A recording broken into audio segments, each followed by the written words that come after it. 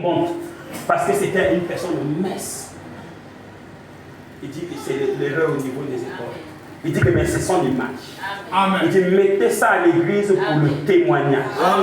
C'est pas pour adorer la photo. Nous adorons Dieu en esprit, en vérité. Il dit mais mettez ça pour le témoignage. Donne un amen. Maintenant, toi qui combats la photo de Jésus, la croix que tu as à la maison là-bas, c'est pour le Seigneur? C'est pour le témoignage. Les protestants de quoi? Bah, on a Bakia, on a Golgotha. Après, la maison de Jésus, on croit Jésus dans les églises. C'est pour le témoignage. Ils ont mis ça pour le témoignage. Vous avez saisi, non? Donc, ça y est là pour le témoignage. Et le prophète Branham nous dit, quand je lui vois dans des visions, il a cette image-là. Il a cette image-là. Et moi, je crois. Parce qu'un prophète ne peut pas mentir. Un prophète peut nous présenter le vrai lieu d'adoration. Alors moi je crois que c'est la photo du Seigneur. Et pour ceux qui se sont mariés en 1800, connaissent ma foi l'année de Facebook, Vanda, dans WhatsApp. Hein? Il y a quand on a boire l'air, il y a quand on a boire quoi. La photo du mari est là. Papa, il y a une photo avant la jeune pour la manger. Il dit, ah, il est beau, eh? Oh, Dieu, papa, mais nous n'avons rien. La mère, il dit, ah, le fils, d'autres, parents, mais dis, allez, moi, dans la tête, je mange les hommes. Il y a une photo de jeune, il est à la nuit, il est à la nuit, il est à la nuit, c'est pas ça? Si. Vous l'arrêtez pas? Les maris s'est mariés comme ça. Hein? Et nous aussi, on a la grâce. Le mari nous a envoyé sa photo. Il a dit que l'épouse, pour que vous ne soyez pas dans la confusion, je vous envoie ma photo. Et la photo du mari, elle est. Et je peux te dire, c'est le plus beau. D'entre 10 000 pour notre âme. Il est le plus beau. Donne-moi un amen. Donne encore un amen. Vous savez, la capitale de la religion dénominationnelle se trouve à Rome. Rome a fait une image du portrait du Seigneur Jésus. Et il a donné à toutes les églises catholiques et même des chrétiens tocards qui ne sont pas catholiques marchent avec ces médailles de Marie, soi-disant, d'une femme avec une robe bleue, c'est pas comment là, a fait comme ça, et avec un Jésus qu'on a crucifié comme ça, c'est pas comment. Il y a encore l'autre photo que les catholiques a donnée aux gens, même les protestants les utilisent et les païens aussi les portent. On voit un Jésus qui a fait ça, non? Avec un cœur dehors. C'est pas ça. Amen. Mais le petit là, il vit. Voilà. Son père était pas. Le petit Diango là, qui a des lèvres rouges là, voilà. Il vit. Voilà. Mais ils ont propagé ça dans le monde. Hein? C'est pas ça? Amen. Ça c'est la capitale de la dénomination. Alors Dieu aussi, dans le message du temps de la fête, qui est la capitale du christianisme vrai, pour contrer le faux. Il fallait que le Seigneur révèle son image à un frère. Il dit, frère, pour que mon épouse ne soit pas dans la confusion, je donne mon image à toi, je révèle ça. Et voilà, l'homme a écrit. Kiki. Il dit, mais on ne peut pas avoir un papier non certifié. Il faut aller au représentant de Dieu qui est sur la terre, afin qu'il certifie ça. Et le frère a mené au représentant de Dieu qui est le prophète. Et le prophète a mis sa signature. Il a dit, bien-aimé, c'était Dieu qui t'a inspiré. Moi, je lui vois dans des visions, je lui vois avec cette image-là. Voilà. Est-ce que je peux encore parler? Si le Seigneur a voulu que je parle de ça, c'est que dans le cœur d'une personne, il y a eu parfois cette question-là. Donc, Dieu a voulu que je laisse d'abord ça, je parle de ça. Il y a un amen. Alors maintenant, le 28 février 1963, pour confirmer que celui que le frère avait désigné était vrai, le Seigneur est apparu. Parce que la Bible dit comme l'éclair part de l'Orient, ainsi que ça se montre en Occident. L'éclair qui est le Seigneur Jésus, qui a quitté l'Orient, qui est Israël, est venu se montrer en Occident, qui est les États-Unis. De la même manière que l'Évangile a quitté l'Orient, l'Évangile a donné sa lumière en Occident. Est-ce qu'il y a un amen là-bas? Et le 28 février 1963, cette image est apparue. Dans le ciel, au moins à 45 km de la terre. Et là, les magazines Look, Live, cette magazine a filmé l'image. Et ils se sont posé des questions. Qu'est-ce que c'est? Qu'est-ce que c'est? Pourquoi ils se posaient des questions? C'est parce que Dieu a fait apparaître cette nuée à l'endroit où les nuages ne se forment pas, afin que ça attire l'attention des scientifiques. Parce que si c'était à l'endroit où les nuages se forment, ils n'allaient pas avoir de problème. Mais c'était là où les nuages ne se forment pas, comme l'Amérique c'est un pays scientifique, ça les a attiré l'attention. Et ils ont zoomé ça, zoom. Dès qu'ils ont filmé, ils ont fait sortir une image en photo. Et on a ramené sur le prophète parce qu'il fallait qu'il certifie. Donne un amen. Donne un amen. On a amené sur le certificateur de Dieu sur la terre. Frère Branham me dit, quand il a regardé, Frère Branham dit, on a amené cette image-là dans une position tournée comme ça. Et Frère Branham dit, faites un quart de tour à droite. Ils ont fait comme ça. Amen. Frère Madame dit faites un quart de tour à droite. Dès qu'ils ont fait clac, Frère Madame dit c'est bon, arrêtez. Frère Madame dit que vous voyez le coup qui apparaît.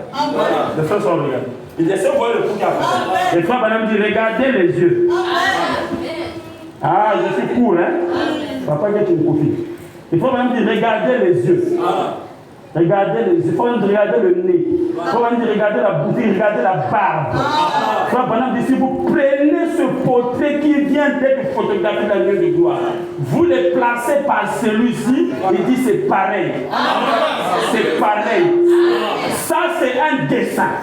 Ça là, c'est une nuée de gloire photographiée. Si l'épouse pouvait dire un alléluia. Moi je parle à l'épouse de Jésus. Madame Jésus dit amen. Il ne fait pas laisser sa femme dans la confusion. Il envoie sa photo. D'abord un dessin, après il dit maintenant je veux apparaître mon image. Il faut que vous me voyez. Est-ce qu'il y a un alléluia? On me poser la question à Frère Branham. Mais pourquoi ici il a des cheveux noirs et ici il a des cheveux blancs? Frère Branham me dit, ces cheveux blancs signifient la divinité suprême. Et en plus, là il est un juge. Ici il est un agneau. Ça c'est sa première et ça c'est sa seconde. Non, il y en a même là-bas. On a dit à Frère Branham, mais pourquoi il doit avoir des cheveux blancs? Il dit, il vient maintenant comme le lion. Hein? Pour réclamer la femme qu'il avait sauvée ici comme un agneau. Parce que là, il était doux. Il n'a tué personne. Il a vengé à personne. Il a seulement versé son sang pour sa femme afin de payer la dot pour son peuple. Il dit, mais après avoir payé la dot, il était parti. Il a dit, je reviendrai maintenant pour vous prendre. Non, que la femme en question qu'on avait payé la dot est encore dans le monde. C'est-à-dire le diable est encore en train de combattre cette femme. Alors il ne revient plus comme un agneau, mais il revient comme un lion. Et quand il revient comme un lion, il doit rougir pour réclamer l'héritage qu'il avait déjà racheté. Est-ce qu'il y a un amen là-bas? Il y a un amen? Et je dis, voilà pourquoi vous voyez que ses cheveux sont blancs. C'est parce que les cheveux blancs représentent la divinité suprême. Il dit que les juges, quand tu es un juge, même si tu es un petit, il faut porter la perruque blanche. Pourquoi on porte la perruque blanche? C'est pour dire qu'au-dessus de toi, il n'y a personne. Dans le pays, quand tu donnes ton jugement, tout le pays doit obéir à ça. Oh, tu devrais dire amen. Tu devrais dire amen. Alléluia. Il dit pas pourquoi? Parce qu'on fait porter des juges. La perruque blanche, c'est pour montrer la sagesse suprême. Et il dit voilà pourquoi il a cette perruque blanche, parce que là il est un lion. Et au-dessus de lui, sa parole fait loi. Amen. Et quand tu le regardes comme un lion, c'est pour venir réclamer ce qui est de toi. Est-ce que quelqu'un a compris?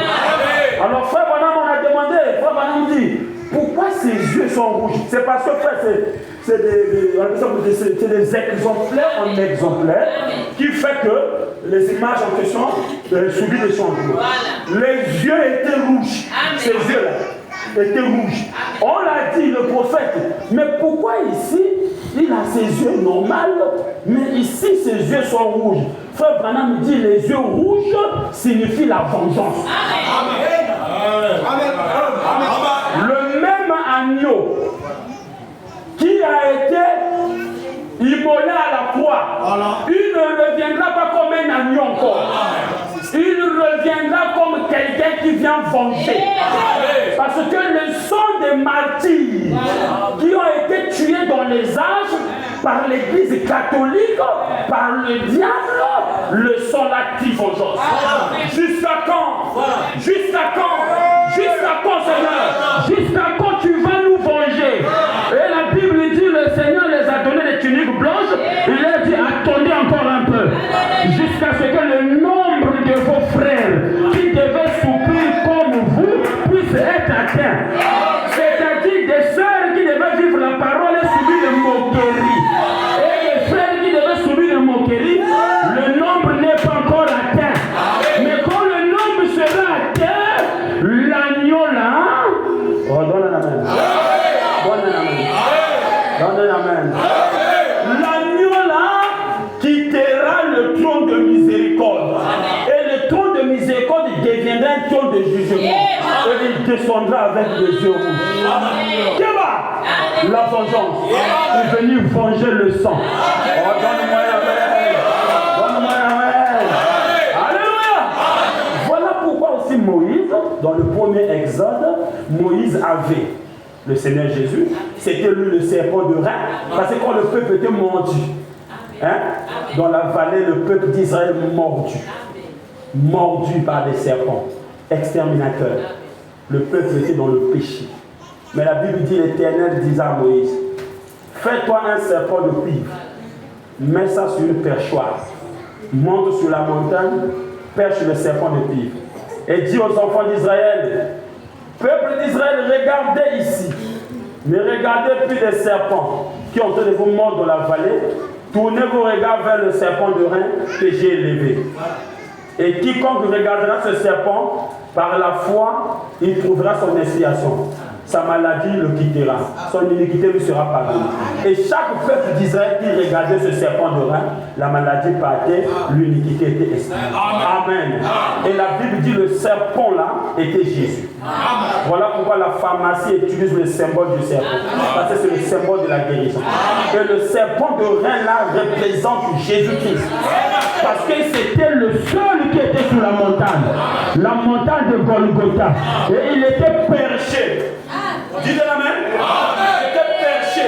Et quiconque le regardait par la foi, quiconque regardait Jésus par la foi, recevait l'expiation de ce péché. Amen. Et Moïse avait ce serpent de rein.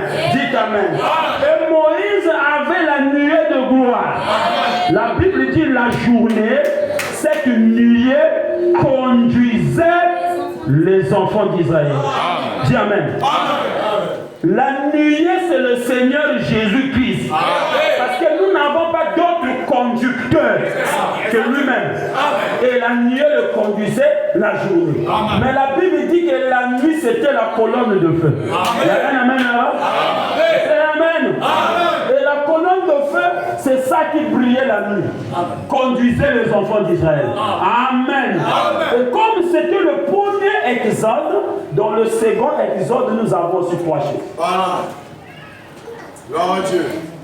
Parce que le prophète dit que Jésus, quand il est venu sur la terre, c'était un deuxième exode. Mais le problème, c'est que tout Dieu était en lui, la nuée en lui, la colonne de feu en lui, le serpent de reste en lui, tout était condensé en lui. Vous comprenez? Mais quand il est parti, il a libéré l'esprit. Dans le 3e exode, nous avons toutes ces choses. Le Seigneur Jésus qui est le serpent de reste, la colonne de feu au-dessus de la tête du prophète, la nuée de gloire photographiée. Parce que nous sommes dans un âge scientifique. Comment la science fait des progrès et l'évangile reste.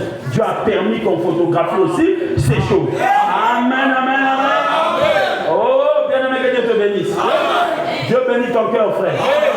Alors on va avancer pour terminer. Voilà les tremblements de terre. Alors donc, il n'y a pas des idées. Oh, mais ma photo, on laisse pour toi, frère. Voilà. C'est scripturel. C'est la parole. Amen. On s'agenouille devant le Seigneur Jésus. Ça, ce sont des images. Amen. On n'adore pas les images. Nous, on adore Jésus. Mais il faut laisser ça là pour le témoignage.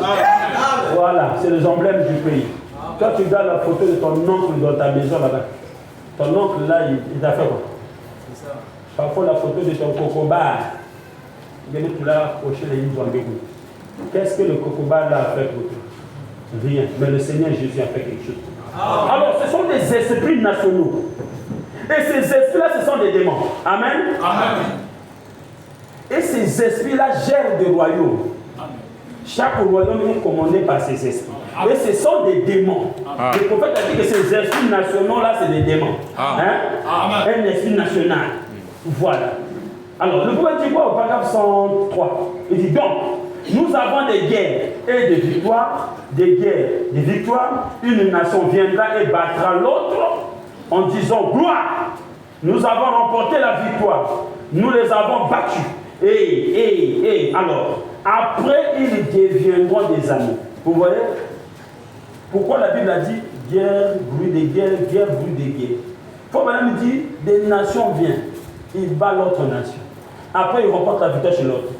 Des années plus tard, ils deviennent des amis. Des années encore, ils vont se battre. Vous avez vu l'Allemagne et la France.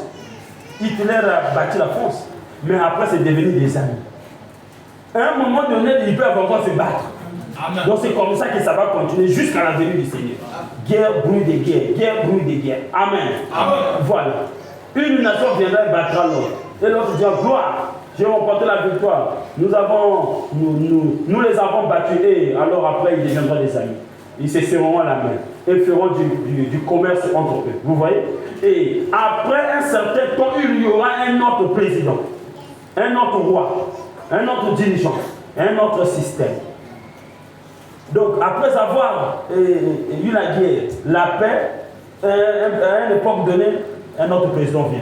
Un autre roi vient. Un autre système arrive. Le système là, si ça ne fonctionne pas avec l'autre système, il y aura encore des guerres. C'est comme ça. Les guerres ne sont pas finies. Il y en aura. Mais prions à ce que ça n'arrive pas à nous. Pour que Dieu fasse grâce. Vous comprenez? Parce que chaque système amène toujours des histoires. Est-ce que vous comprenez? Amen. Et voilà. Problème du quoi? Donc les dirigeants du roi, il y aurait notre président, un autre roi, un autre dirigeant et un autre système. Et soudain, le voilà de nouveau, leurs petits-enfants reviendront. Leurs petits-enfants reviennent avec les armes et ils commencent à se battre. Voilà.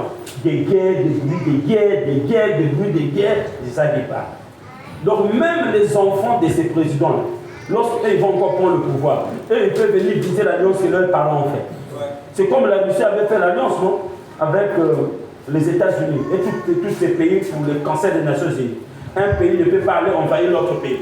Mais après avoir fait ces alliances-là, ça n'a pas tardé. L'Amérique a envahi l'Irak. L'Irak a envahi l'Iran. Et guerre l'Irak et l'Iran. Guerre l'Irak-Amérique. Et la Syrie. Bon. Quoi que des alliances, mais des alliances là après des temps ils brisent ça. Et il faut me dire qu'est-ce qui fait ça? Il dit c'est parce que c'est des démons. Et comme c'est des démons qui dirigent ces esprits nationaux là, il dit que les démons là ne peuvent pas s'entendre. À un moment donné, ils vont faire des semblants, à un moment donné, ils vont se tuer. À un moment donné, ils vont faire des semblants, à un moment donné, ils vont se tuer. Et ça va continuer comme ça. Amen. Amen. Voilà. Alors, dis bon, celui-ci va se précipiter sur l'autre. Bon, maintenant, tu sais, tu vas me servir. C'est moi le vainqueur. Toi, tu es celui qui a perdu. Et ainsi de suite. C'est comme ce que cette remarque que j'ai entendue un jour. Dieu fait l'homme et l'homme fait l'esclave. Amen. Amen. Et donc l'esprit là c'est comme ça. Dieu fait l'homme, l'homme fait l'esclave. Donc aujourd'hui, celui-là, il fait la paix avec celui-là. Demain, il va dire, ah non, la paix là ne marche pas. Les accords, il n'a pas respecté. Guerre. Et quand ils vont finir de se battre, ils vont encore en affaire aller à la table de négociation. Ils vont négocier. Bon, écoute, négocions, évitons la guerre. Bon, fais des concessions. Toi, tu penses ceci, moi, je pense ceci. Ok, signez les papiers. Ils signent leurs enfants à eux. Là. Quand ils vont grandir, papa avait signé les accords, moi, je ne suis pas d'accord avec ça. Prépare la guerre. Lui aussi, il va encore attaquer l'autre. Pas guerre sur guerre, guerre sur guerre, guerre sur. La terre va se fatiguer. Amen. Vous construisez des maisons, vous les détruisez, vous construisez des maisons, vous les détruisez, vous construisez des routes, vous les détruisez parce que l'esprit national, c'est le diable. Et comme c'est les démons qui tiennent ce pouvoir-là, et le démon ne peut pas s'entendre entre l'autre et le démon, et il y aura que des guerres et des guerres et des guerres et des guerres. Amen.